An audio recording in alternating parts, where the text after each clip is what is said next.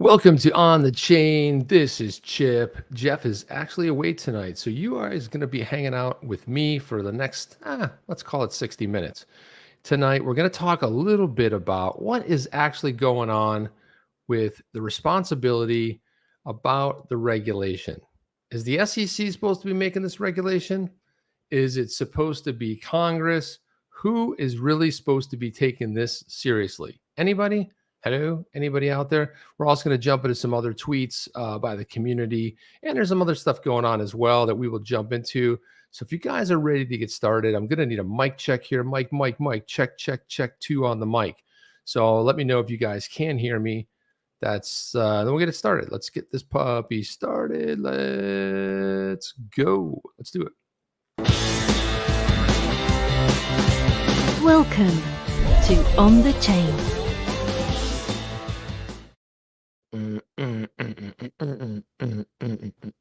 So let's get a mic check. Okay, you hear me fine. That's all good. It's always a good thing because when Jeff's not here, sometimes we don't know, or at least I don't have any feedback on it. It's weird. I should know. I think the software, but there's no levels in here. There's levels if you go in and check it. But I'm glad to hear that. The sound is good. That's really good to hear. And there's so much to unpack tonight, as every night. But hope you guys had a great weekend. And I want to jump into a couple things right off the bat here. I'm going to cue them up here on the background here. And it really is interesting, this tweet here that Warren Davidson put out. Of course, we had Warren Davidson right here on the chain a couple weeks ago. And I want to talk about this right here. Let's start off with this. Let's dive in head first, shallow in for maximum impact. That's correct. And he put this tweet out, which is kind of funny, interesting. But, when Warren Davidson was on here, one of the things we really talked a lot about was the token taxonomy. The token taxonomy being a solution, right? So Warren puts out this tweet right here. He says, and let's preface it right here, because if you guys remember, this was an article not too long ago. This was something that Roslyn Layton, who's been writing great stuff, by the way, about the SEC, about the Ripple v. SEC case. This article, I believe, came out, I want to see, when did this come out? Does it have a date on it? I think this came out, it came out December 5th right here. Bam. So we're going to unpack this a little bit, but what's interesting about this whole thing is that Warren Davidson put this tweet out right here, and he was saying, because it says, hey, who is going to protect the investors from the SEC? That's funny because we've been kind of talking about that. I think it was actually one of our thumbnails or one of our something. We did something similar to that. Like, okay, I thought we're supposed to get protection as investors from the SEC, but who is going to protect us from the SEC? And that's kind of what this goes into. And in this article right here, if you look at that, hey, Sir John, good to see you. Good to see you on tonight. Warren Davidson put this out spot on. He says, who indeed? In other words, who indeed is going to be the one?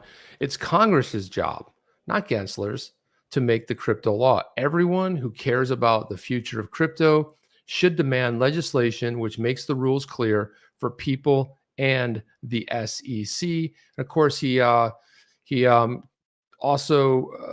put Darren Soto on this. And Darren Soto is a representative from Florida. He's a Democrat. Warren Davidson's a Republican. Bipartisan support. They both put this bill out. Darren Soto and I have the bipartisan solution. They really do. And it's been introduced. It's been through almost 2.5, 3 years since this puppy was actually introduced, which is crazy.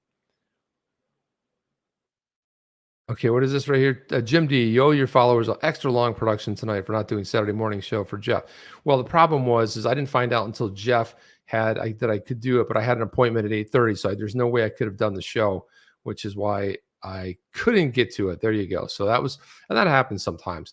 So what he's breaking down here so eloquently, and then we'll jump into this article here, but Roslyn Layton has really been spot on with almost everything she's been calling here and what she's been saying. And sometimes I actually like to listen to these articles. You can listen to them here, but it says, beautiful title. This one right here is just another phenomenal piece from Roslyn Layton, who will protect investors from the SEC. Now, that is a very, very good title right there to start with. She goes on to say that last Wednesday, the current and previous chairman of the Securities and Exchange Commission, better known as the SEC, shared what was billed as a fireside chat. Do you guys remember this fireside chat that we talked about? It was a fireside chat with Jake Layton. It was, well, let's see what she has to say about it. It was open to the Digital Asset Compliance and Marketing Summit. It was actually the first one. Gary Gensler and Jake Layton spoke, took no questions, and then agreed that the multi-trillion-dollar crypto innovation space is a dark, menacing threat that legitimate crypto entrepreneurs must follow opaque rules or face the crippling SEC lawsuits. Gensler made it clear that there's no difference between fraudsters and good faith actors in crypto. Both are lawbreakers endangering the public. And, this is really what the problem is. This is what Warren Davidson is essentially talking about here. The problem is Gary Gensler says, well, they're perfectly clear, but then there's no clarity. He's got two commissioners saying there's no clarity, right? And it goes, this is really the problem right there. He made it clear. I love what she does here. Gensler made it clear, even though there's nothing clear. There's no difference between fraudsters. Let's call them criminals. Let's call them bad actors and good faith actors. People that are doing the right thing in crypto. They're all bad. They're all lawbreakers. They're all endangering. So we're all lawbreakers, basically, is what Gensler said. And many in the audience of the crypto industry leaders, just maligned as crooks, were absolutely stunned. Gensler repeatedly said that platforms need to come in and get registered. This is like his mantra. Yeah, come on in and talk to us. Come on, come in, talk to us. We'll sit down. What are we going to talk about, Gary? We're going to talk about how you're going to give us enough information so we can give you a Wells notice, which is a document that says there's going to be some future enforcement coming down the road. Beautiful, Gary. Thank you very much. And that's kind of what he wants. So Gensler repeated, said the platforms need to come in. Let's get registered. And if everyone knew what he was talking about, Perry Boring, the head of the Digital Chamber of Commerce, tweeted, people in the room are looking around asking, register as what? That's a great question. Like, it's fair given the exchange Coinbase, the only crypto company to have gone public in the stock market. They tried going in. And upon sharing to its lending platform information, the SEC slapped Coinbase with a subpoena and the threat of what Gensler affectionately calls the enforcement tool. So this is kind of like what their moniker is, right? It's like, come on in and talk to us. It's like nobody volunteers to be part of the firing squad, to go in front of a firing squad. It's like, hey, we're testing out these new rifles. Does anybody want to help us test them? Nobody volunteers for that. And this is much the same thing. Who's going to volunteer to sit in front of this whole thing? It makes absolutely no sense. And John Deaton was also in the room. The Rhode Island attorney represents a growing putative class of over 62,000 holders of the digital currency XRP, claiming they're innocent victims of the SEC policy of regulation by enforcement. And this is it right here. And this is, we've heard so much about this regulation by enforcement. It's been bantered around. It's really, we had Congressman Tom Emmer. It's one of the things he's really called Gary Gensler out about is this whole idea of like regulation by enforcement. Like there's no real clear regulation. If you ask Gary Gensler, yeah, he'll tell you there's clear guidelines. An investment contract. He's like a parrot. He's like investment contract. Profiting off the efforts of others. Investment contract. That's kind of all it really does. He's kind of a one-trick pony. Yes, Gary, but there's also 3 more prongs of the Howey test, and only thing he knows how to do is basically talk about the SEC's mission, which they're not even coming close to. Talks about their main mission in life, because he did throw that out there too during this hearing. Our mission is to protect investors. But as we found out when Congressman Tom Emmer grilled Gary Gensler in the last hearing about a month ago, turned out that Gensler actually admitted that no. Not if it's a security. There's no protection for investors, but the investors were supposed to know whether it was a security or not. Ripple didn't know for 8 years. That's why they have a fair notice defense, because they weren't given fair notice. 8 years went by. They informed the SEC of all the things they were doing, and then they got slapped with this. So then it goes on to say that Roslyn goes on to say that they've been collateral damage in the SEC's blockbuster enforcement action against the cross-border payments company Ripple, filed in the last hours of Clayton's chairmanship nearly a year ago. so weird. It's coming up almost on a year. Think about it. I think it was December 22nd. We're almost a year into this, people. Amazing. Amazing. Clayton's, so it says the case is poised to be the most important yet in deciding the fate of blockchain innovation in the United States and the SEC's power to regulate it.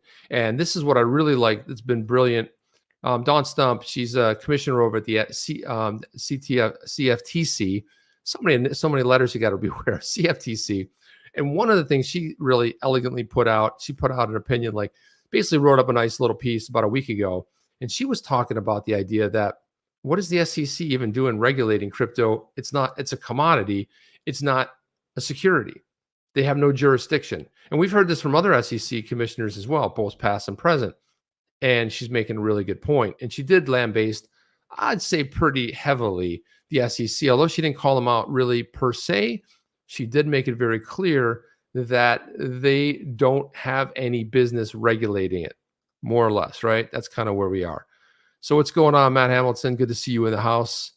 And I might be seeing Matt. I should be seeing you this week. Let me know in the chat if you're if we're going to be at the there's a meetup coming up. I should publicize this. You guys are devs. You guys want to go check out a meetup. There is one coming up on Thursday. It's going to be in Miami. It's going to be in a cool place too.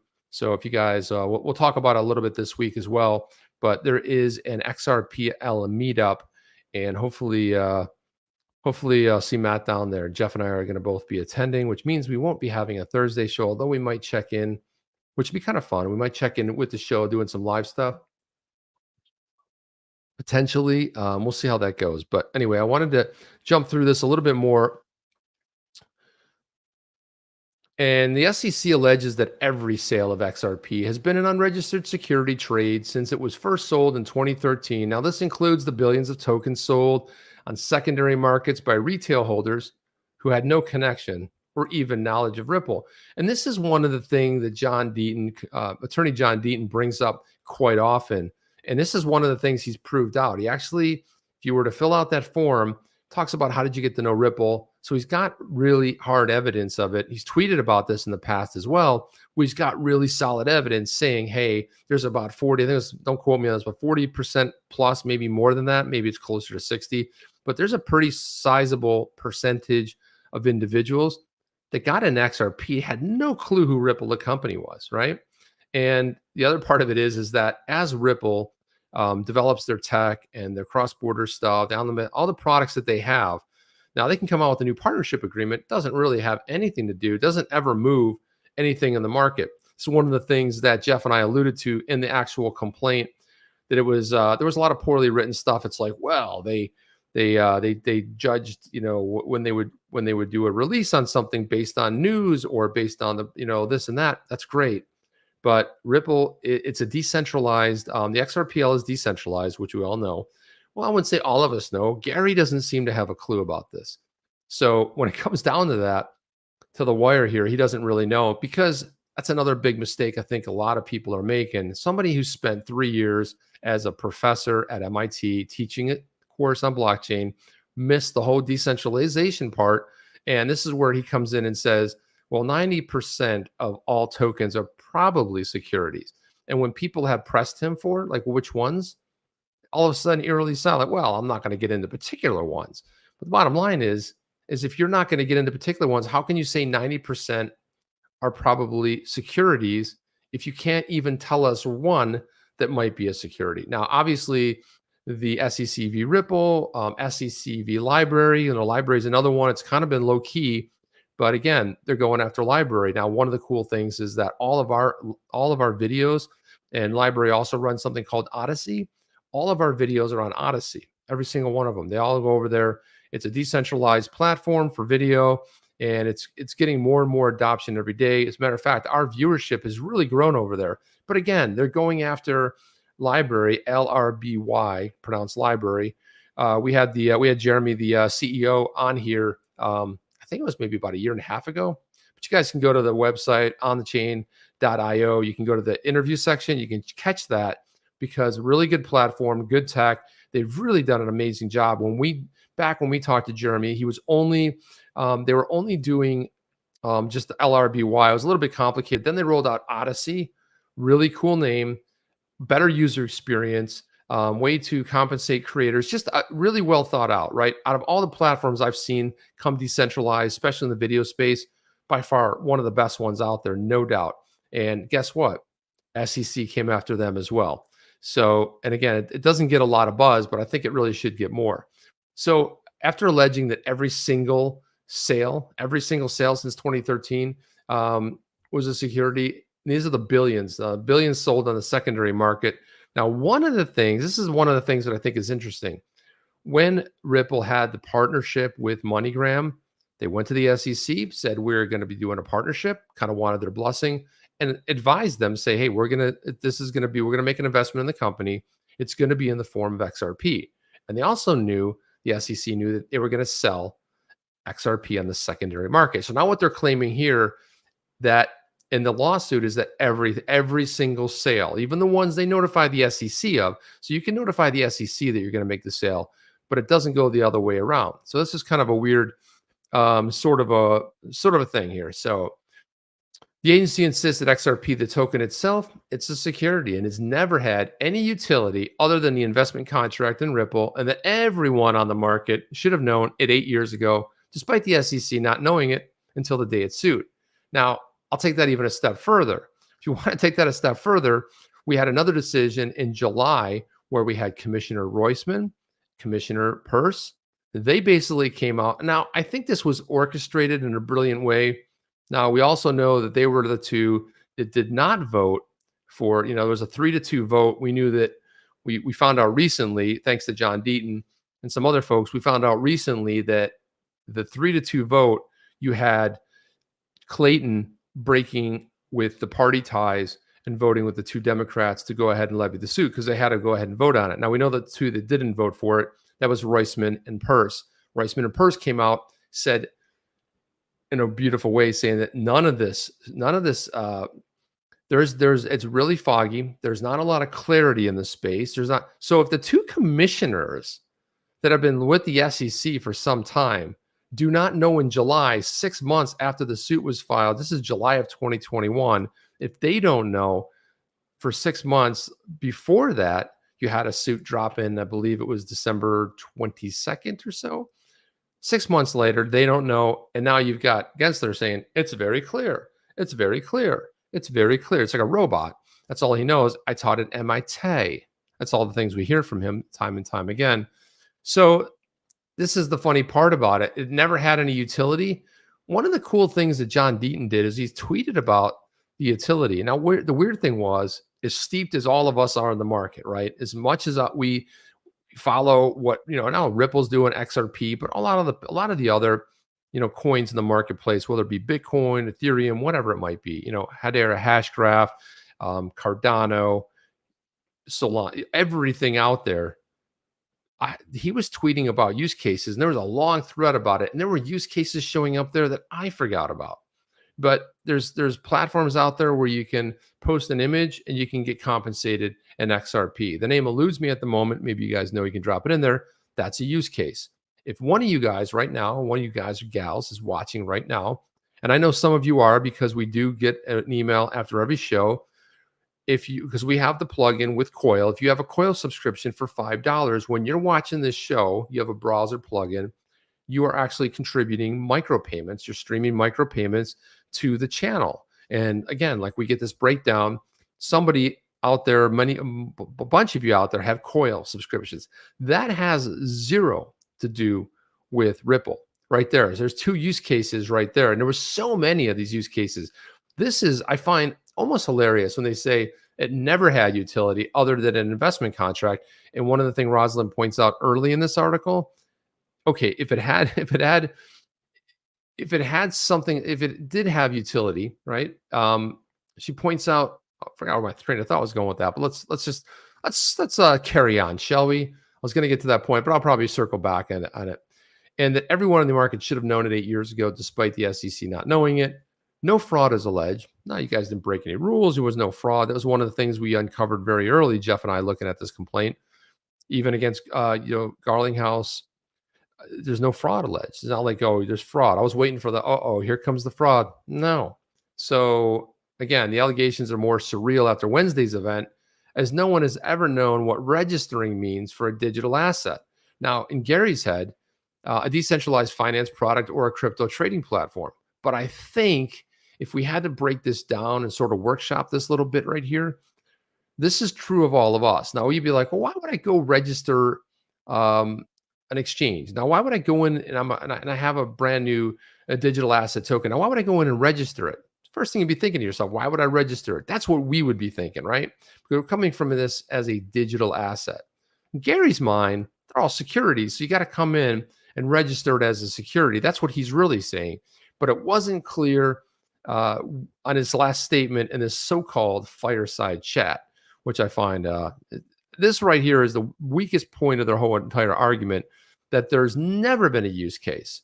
I mean, they'll rip about 5, 10 of them off right away. I just told you 3 of them right now. Deaton's legal proceedings, pleadings ask how the token XRP itself could be a security under the same legal authority that the agency cites for its broad power to regulated crypto, the so-called Howey decision by the Supreme Court in 1946. Howey was a case about orange groves in which the court determined that a security is defined as an investment of money in a common enterprise with a reasonable expectation of profits to be derived from the efforts of others. As Deaton points out, the oranges themselves were not the securities. And Howey, so the XRP token itself isn't a security now, right? Makes perfect sense. The other thing is that if you read the dissent by one of the judges in that case, also, one of the things he pointed out was because part of the Howey test was, Howey was the name of the orange groves. And there's actually a city called Howey in the Hills. It's up just right around Orlando, Florida. As you guys might know Orlando because Universal and Disney World and a bunch of, amusement parks, popular tourist destination. But yeah, called Howey in the Hills, was named after Howey, who unfortunately is not probably famous for the city. He's more famous for, the Howey test. But in the Howey, in the dissent written by one of the judges of the Supreme Court, said that the reason he didn't go with it was because there were 7 or 8 or 10 people, plots of land. So part of it was you could buy plots of land, and they said, well, you don't even have to mess with the orange groves. We'll do all the work for you, And so that's a security. If you're gonna rest on the effort of somebody else doing something, reasonable expectation of profit, that becomes a security. But in the dissent, one judge argued that, well, that wasn't true of all of them. And many people did farm their own land. They went out there, they had the orange groves. So in other words, it wasn't an either or. It wasn't you had to, and that's why you had dissent saying, well, no, maybe there was the larger percentage was, but they didn't mandate saying, oh, no, you buy the land and we do all the work. And then if we make money, you make money. That wasn't the case at all. So that's where this Howey thing gets a little bit weird. But the point that John Deaton's making here is the oranges themselves, they're not securities. And so if we look at that, if that's not the securities in Howey, so the XRP token itself is not a security now.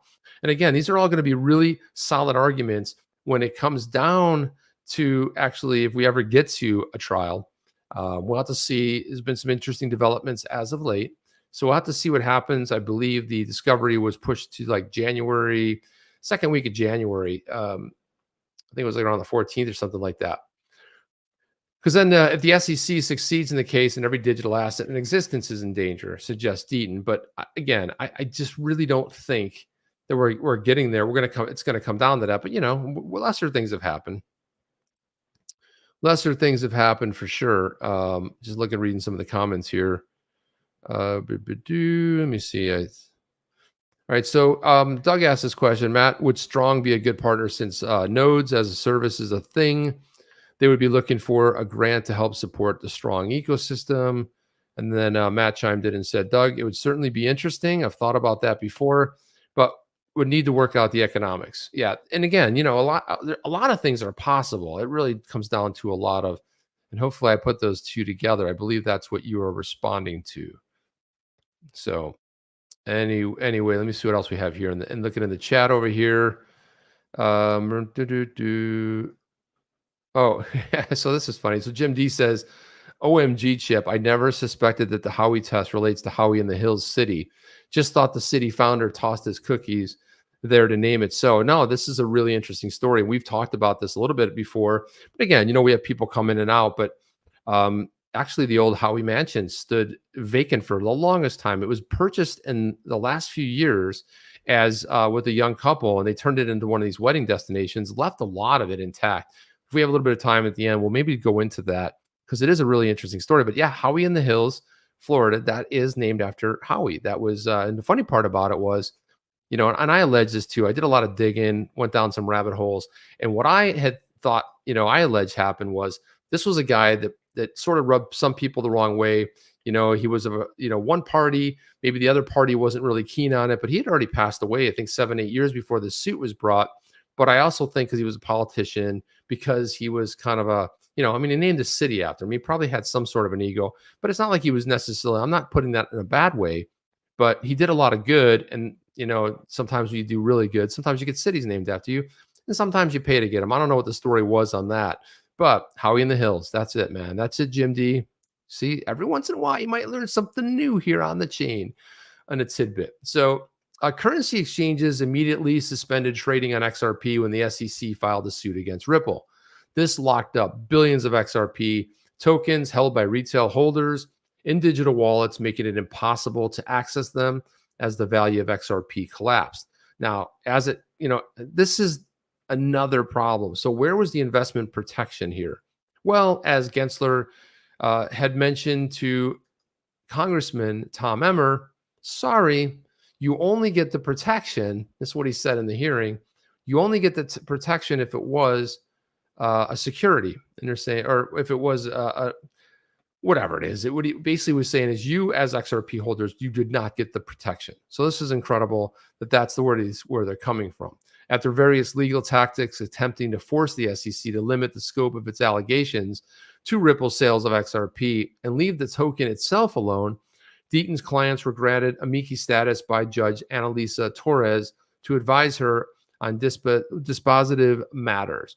So yeah, that was, and this is something that would have been so easy to really come out and say. For example, we talk about the Bill Hinman speech in 2018 when he was addressing a room full of people at a Yahoo convention. Now, one of the things he said was, okay, we know that they know that back in the day, the Ethereum Foundation did what sort of equates to an ICO, right? 2014 announced the coin, 2015 coins available. They did a pre-sale in it. Was it called an ICO? Has all the merits of an ICO. But today's Ethereum is decentralized. So that was sort of the idea, the working logic of the SEC at the time. And this is what John Deaton was saying. Well, all they had to do was say, like, well, we believe what happened in 2013 to 2015. We're looking at that specifically. We don't believe that today's XRP is a security.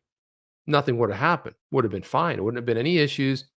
Game on, right? It wouldn't have been anything really to talk about. But the funny part about this is that's not what happened. What happened was guys are all, there's no use case and they really want all in attack, and really not XRP, really all of crypto. I think a lot of people and a lot of pundits out there and people that, maybe advise on other, DeFi or different spaces inside of the blockchain space think it's, well, look at Ripple's getting sued over there. No. Well, so is Library now.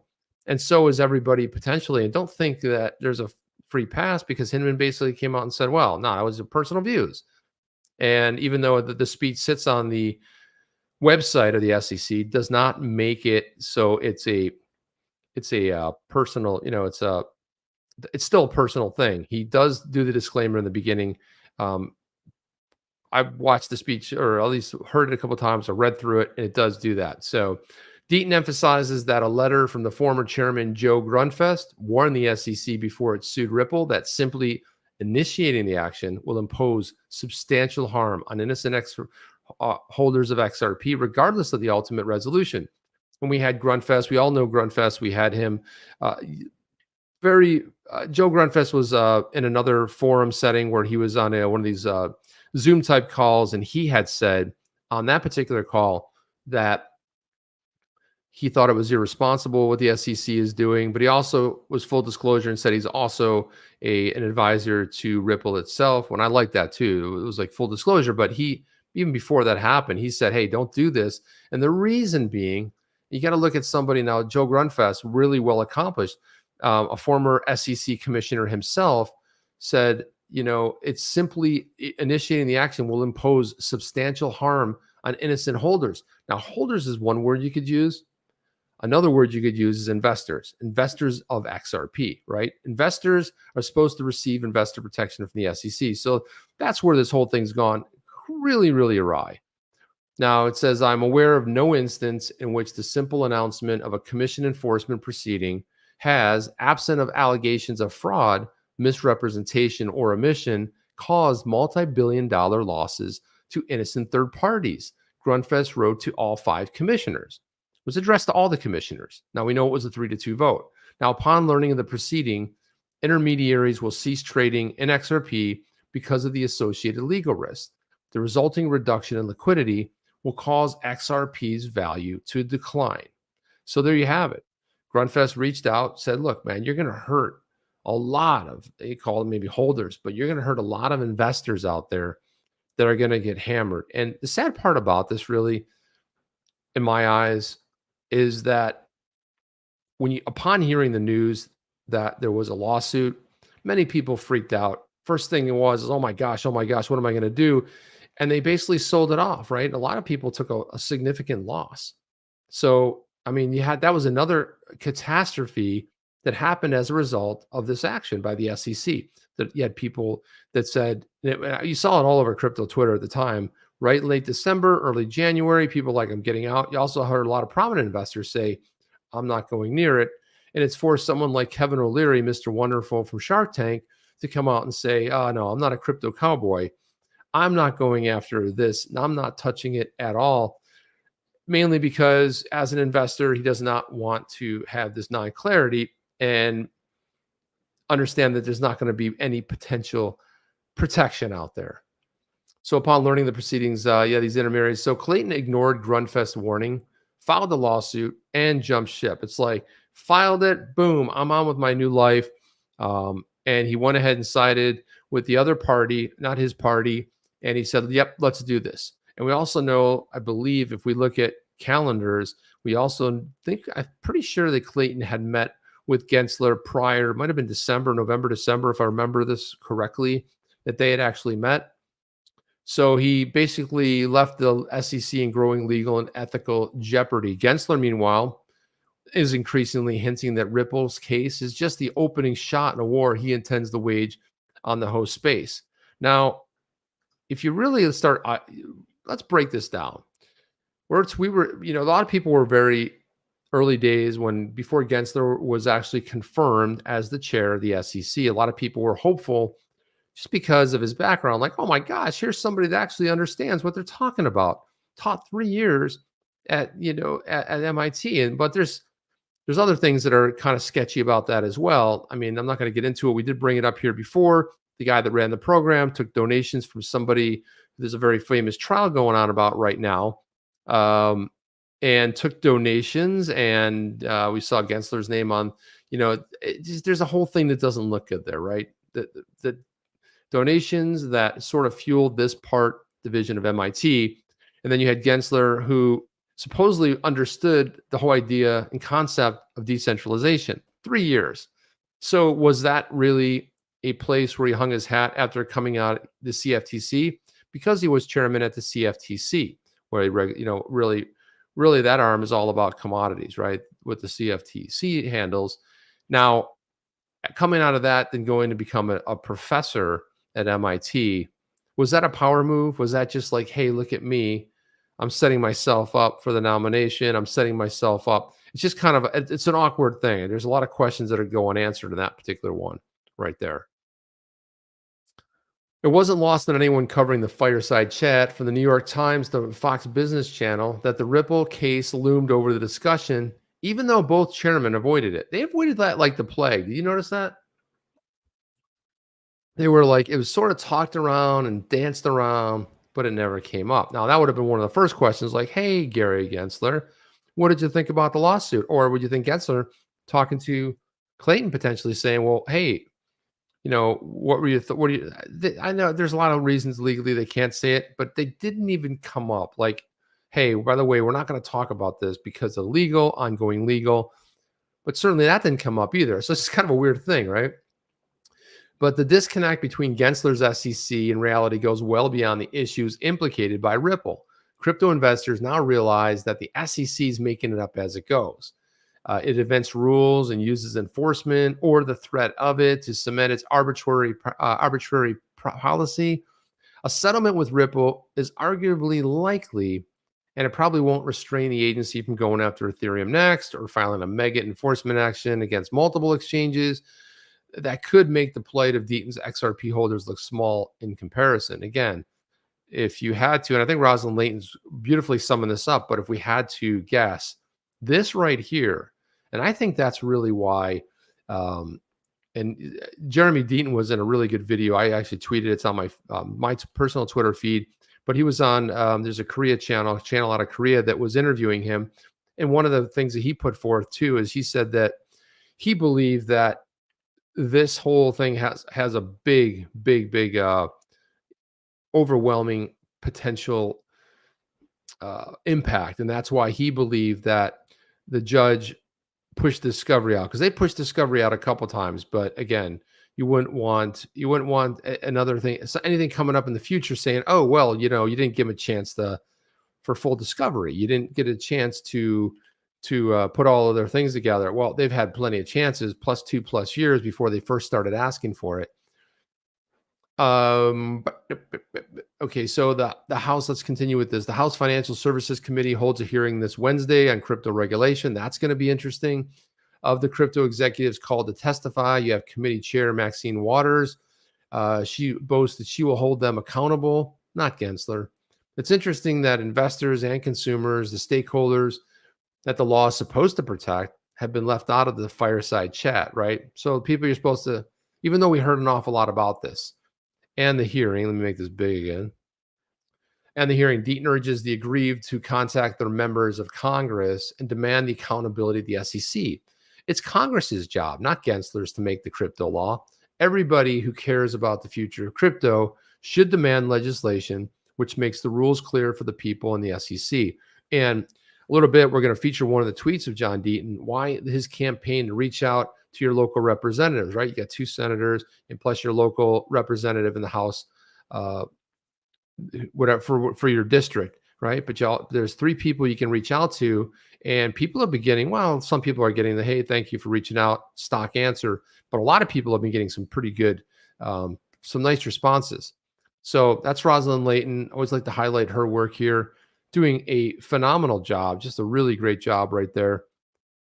Yeah, so I'm seeing people are, yeah, thank you for that, Hans. Please, if you're first time here, somehow our subs got stuck again, going up and down, basically stuck for like the last week. It's really weird when that happens. Like people come in, we got pretty good viewership, but then like they just get stuck. So if it's your first time here, go ahead and hit that like, hit the subscribe, and then click that notification bell. That notification bell will send you an alert when we go live, if you like, for whatever reason you forgot. And then JV the Great says, the Ripple case alone won't stop the SEC. They'll have to lose about 3 cases before they stop attacking crypto. Possibly, Jay. I mean, you're right. I mean, it sounds like they're going to be relentless with it, but I'm also kind of curious too, because I'm wondering if potentially a loss here, if this goes to trial and it is a loss, and they say like, hey, by the way, maybe Ripple pays a fine. I don't know. It's hard to really say what would happen, but it could come down to a summary judgment by the judge as well, because the judge could rule on this as well. It doesn't require a jury trial, but it'll be interesting to see how this goes. Also, this is kind of 2 parts of this. You have the 2 executives from Ripple, Chris Larson, Brad Garlinghouse, and then you also have Ripple, the company, the organization. And it's again, I also think it's weird that they pulled 2 executives into this whole thing. I'm not sure it makes a lot of sense, but again, a lot of this doesn't make any sense. That's kind of really kind of where we're coming from in this whole topsy-turvy world of the SEC and crypto and everything else. And look, whether you even live in the US or not, you kind of like want to know what's going on with this, because it has long-lasting ramifications, especially around, the adoption. The other thing that really got robbed here in the last 12 months is a lot of digital assets saw all-time highs. A lot of them hit all-time highs. That means the best it's done, period, bar none, except for one that probably would have hit an all-time high. The all-time high is 380 something, 384. It probably would have happened. But again, that was something also that was robbed. Why? Because of all of this darkness looming with this whole enforcement action by, as force of regulation by enforcement by the SEC. And it's just incredible. So I wanted to pull up this tweet. I think this plays really nicely into what we were just talking about here. And in this past conversation with Roslyn Layton, I want to throw this up here because, again, it does kind of speak to, let's pull this tweet up. Here we go. So John Deaton, again, this is why if you haven't done this, and again, you don't have to be in the US. Well, to do this, you do. As far as joining 62,000 other XRP holders, no, you don't. To be able to do this part of it that we're going to chat about, yeah, you do, because you have to be, because it's going to be somebody local that represents you if you live in one of the 50 states in the US. But this was great. So John Deaton put this out a couple hours ago. It said, thank you for sharing, because right here you had Jeffrey Miller said, hey, John, I received 2 responses from the 3 Congress members I've contacted. I won't post one as it was just a generic response. These are like the automated response. Thank you for contacting our office, blah, blah, blah. But this one was positive, as it seems I've been heard. I think the following digital asset buyer, which is digital asset investor, also look at the last line, second paragraph. We're going to look at that. So John Deaton said, thank you for sharing. Everyone should take notice, as Jeffrey has. And Jeffrey, that's Jeffrey Miller who wrote this, that many believe the government is picking winners and losers in the market. And of course, he CC'd Roslyn Layton, who wrote that beautiful article, Eleanor Turret, who did the beautiful investigation on the SEC, Charlie Gasparino, who's been on top of covering this entire case and putting this out to a whole new audience of people that never heard of Ripple or XRP, and of course, digital asset investor, who's been covering a lot of stuff. Connect to Congress works. That's what we're finding out. If you go to his website, cryptolaw.com, you go to the Connect to Congress section, you connect to it. Don't write it something generic, but write your story, and it will automatically send that to your 2 representatives, which your 2 senators. Every state here in the United States has 2 senators representation, and also you have a local representative from the House. And so that's one of the things it says. We must keep reporting the facts. Exactly. This is exactly what Deaton's talking about, reporting the facts. So again, one of the things that Jeff Miller pointed out, he said, hey, look at the last line, second paragraph. So we're going to look at that right now. So it said, thank you for taking time to contact me. Let me get smaller here. Thank you for taking the time to contact me regarding the lack of clarity with cryptocurrency regulations. I appreciate hearing from you and learning your views, because somebody took the time, Jeffrey took the time to write his personal story. As I recommend anybody who's living in the US, take time to do it. You don't have to think about it, what you want to do, but just spit it out. I mean, most computers today, at least I'm on a Mac, you can sit there and dictate it to your computer. If you can't, you can open a Google document and you can start dictating it, but just blurt your story out there, get it out, and then go back and fix it if you don't feel like writing a long story. But look, if they get a real original long story and it goes to the 2 senators and your local rep, they're going to kind of take a look at that. They want to see, because you taking the time to do that and get that in their hands, it speaks to thousands of people thinking the same thing. That's why they take this seriously, because it's not like, oh, that's just one cranky person. If they get a couple of them, now it's tens of thousands of people. So it says, over the past few years, the financial sector has evolved due to the increased use of cryptocurrency. Unfortunately, the federal government has been slow to adapt to the times. Regulation of cryptocurrency has remained unclear for many digital asset holders, which has led to messy legal battles between companies, investors, and the SEC. Furthermore, the lack of regulatory clarity has created a sense of distrust towards the SEC, well said, and leading many to believe the government is picking winners and losers in the marketplace. And that's what John Deaton was capitalizing on it. That's exactly what it looks like, that there's winners. Who's picking them? not the market. The market should always dictate winners and losers, not a government entity picking winners and losers. And I believe this is the one, yeah, the first sentence, I think it was first sentence, the last line in second paragraph. That's this one right here. So it says Congress is aware of these issues, and some members have introduced bills to rectify the lack of regulatory clarity. Multiple pieces of legislation have been reintroduced that would add clarity to the definition of cryptocurrency, miners, and the reporting requirements of the currency. I am a co-sponsor of the Keep Innovation in America Act, which would properly define who qualifies as a broker. Rest assured, and again, Keep Innovation, that's Tom Emmer's bill right there, and you have a co-sponsor with co-sponsors. Rest assured, should any of these bills be brought up for a vote in the House, I will keep your views and concerns in mind. Beautiful, right? That's a beautifully well said. Rest assured, if they come up, I'm going to realize that you had the view on this and you're one of my constituents. Once again, thank you for contacting me. If I can be of further assistance to you on this, any other matter, do not hesitate to contact me. I also invite you to visit my website at bost.house.gov or follow me on Facebook and Twitter. So there you go. Check that out. That is some really amazing stuff. And then let me see. Yep. Yeah. So we got some comments on that. So we have CMB here, says positive steps. Thank you for sharing the letter. Now let's see if some proactive progress and associated outcomes. Otherwise, just lip service. But as I stated, it's a great step for the Fed. A great step Fed and wouldn't occur without you taking the initiative to reach out. And then again, this is Rep Boast here, which is Mike Boast. He's one of the co-sponsors of Keeping Innovation in America. And then you have Jeff Miller. Let me go back here. Did I miss something here? Let me see here. Then you have Moonchaser saying, thank you, Jeffrey.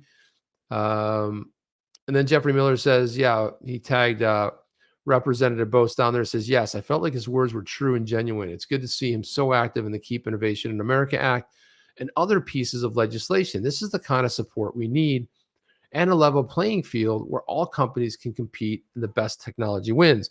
And what Jeffrey's really drawn attention to right there is the whole idea of what John Deaton had pulled out of that letter, which is we don't need the government picking winners and losers.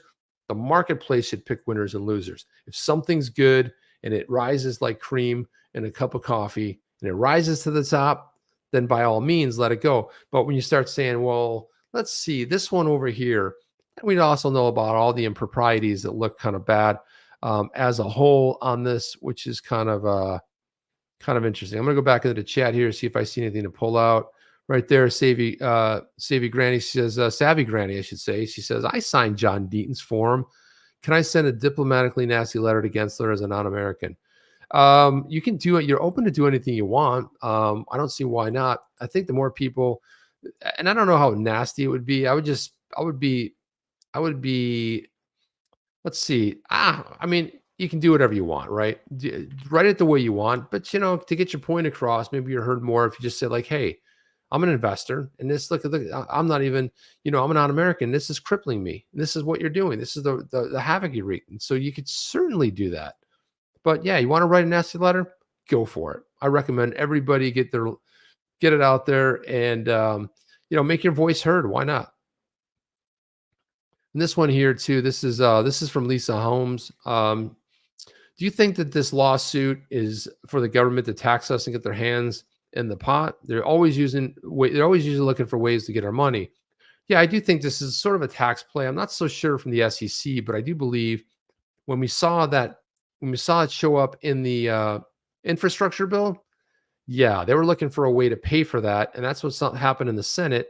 And they were looking for a way to hey, geez, how can we raise more money for this bill, which $1 trillion. That was the way that they sort of looked at to be able to do that. So yeah, that's particularly what I think would happen for sure. And then we've got this right here. Moneybags Not Bob says, I contacted Richard Shelby. He sent a generic response. He is pay to play. Yeah, it's pretty sad when someone doesn't take the time to reply, but you get that generic response. Thank you for contacting our office. as always, your viewpoint is very important to us. So important that we send out a generic response. So, oh, good, right here. I like this. Savvy Granny says, "Oh, goody, I have a sharp tongue. You let him have it. You let Gary Gensler have it. I would like to see everybody." And right here, we've got from Martin Redwood says the government are all past their use by date and need a younger generation in. Yeah, that's part of it. I mean, things are getting complex out there to be able to rule on. It used to be you could be an attorney, you could sort of figure stuff out, but now, and I'm not really sure. I just think a smarter generation. I don't care if that is the generation that's over 70 or the generation that is 30. But I would like people from a smarter people from any generation to show up because again, you got someone like Gensler who's now chairing the SEC who doesn't know that XRP has use cases. Now we kind of probably know that he knows. I mean, I'm pretty sure that he knows. But again, he's got to put that face on and it's all clear, an investment contract, right? So I think a lot of that stuff right there, Cryptic said, all I got was generic responses. So I'm glad to see so many people from the community that are going out there and actually putting stuff out there. So it's fantastic. So this is an interesting question too. This one is by Manny K says, if we buy the crypto while a US citizen, but then we move to another country and become a citizen, do we still play by the US rules and pay taxes to the US? Well, that's a complicated question because again, it depends where you live, depends how long you're out of the country for. Like you could live in Puerto Rico and pay very low tax. You can move to Portugal. You could have, there's a little bit more at play when it comes to this. So it's not really a cut and dry sort of an answer. Bottom line is if you're no longer living in the US and you're living permanently out of the US, you're not subject to, I don't believe you'll be subject to, but again, I'm not an attorney. And again, if you were a US citizen at the time, that's really something an attorney would be able to field because I don't know how they would actually go after you. JV said, yeah, I got generic responses from these Georgia representatives. And then Channing Smithson here, who's been a guest on the show, says, big up, Chip, my boy. Exciting times ahead for Flare and Flare Finance this month. Oh, yeah, for sure. We'll have to get you back on here, Channing. There's a lot of good stuff talking about to go around there as well. This one from Oscar. Do you think Ripple sees the problems with XRP ledgers an opportunity to strengthen their case about decentralization? Seeing that there are independent community members working to fix it, yeah, I think that sort of plays into it. I think that's a great point there, Oscar. But I think there's so many great points that you can make about the fact that it's decentralized. The problem is like you look at even who runs the nodes to vote on that. People are always talking about the escrow. Well, the escrow, what's going to happen to it?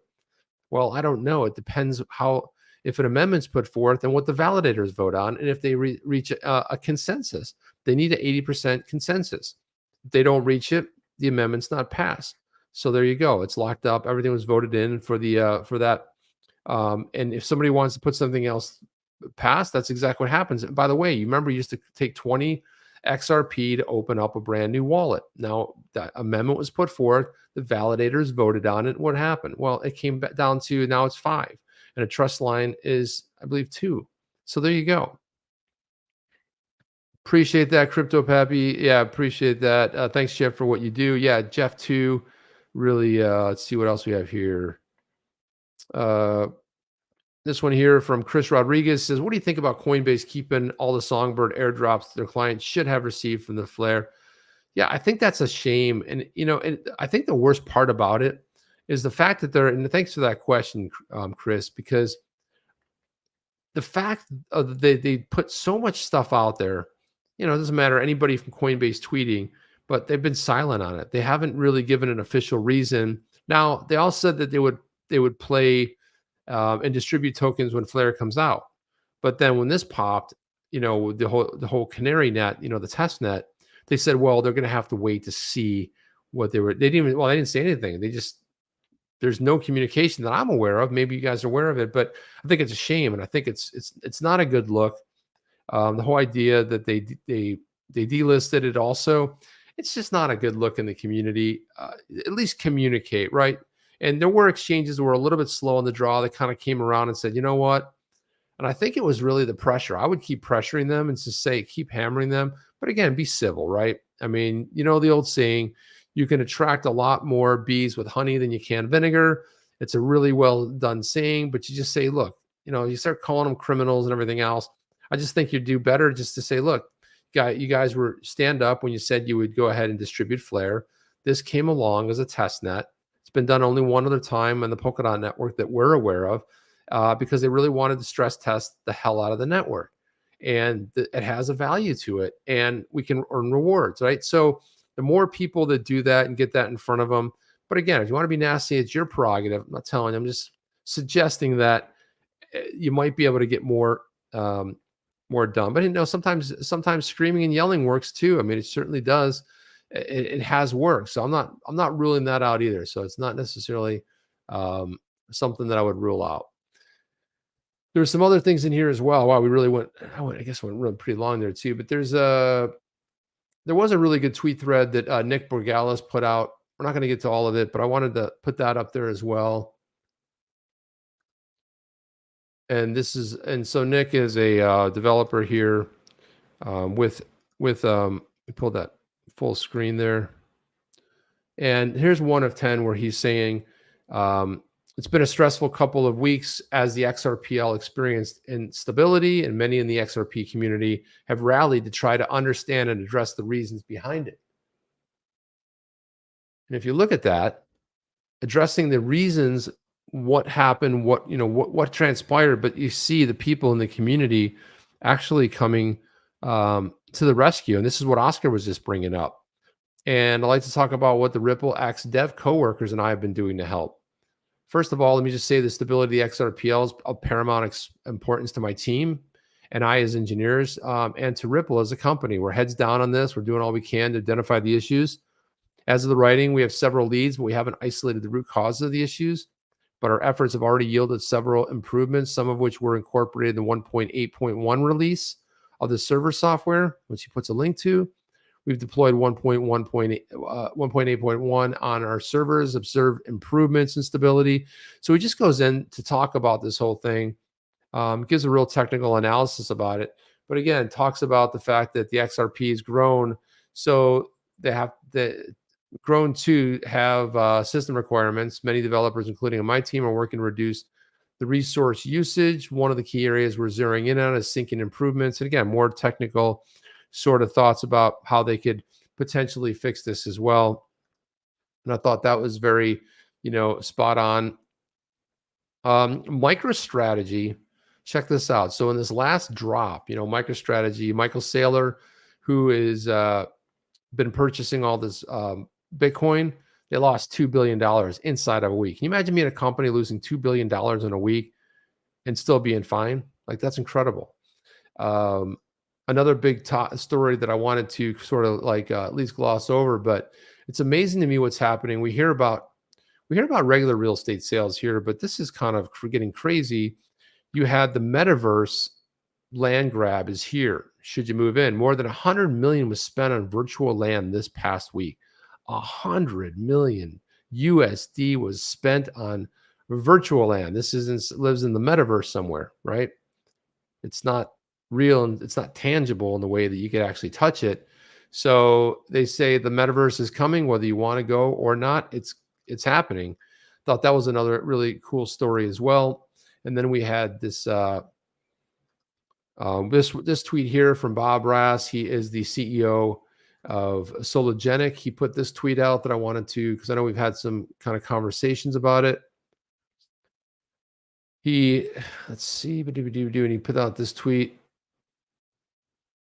Yeah, so here's the tweet that he threw up there. This is, he said, as you might know, the Solo core team has been working on new tech for quite some time. Glad to inform you that we'll finally reveal more details on this new ecosystem on December 20th. So this will directly incentivize all Solo holders, and it is confirmed. It is definitely happening on the 20th.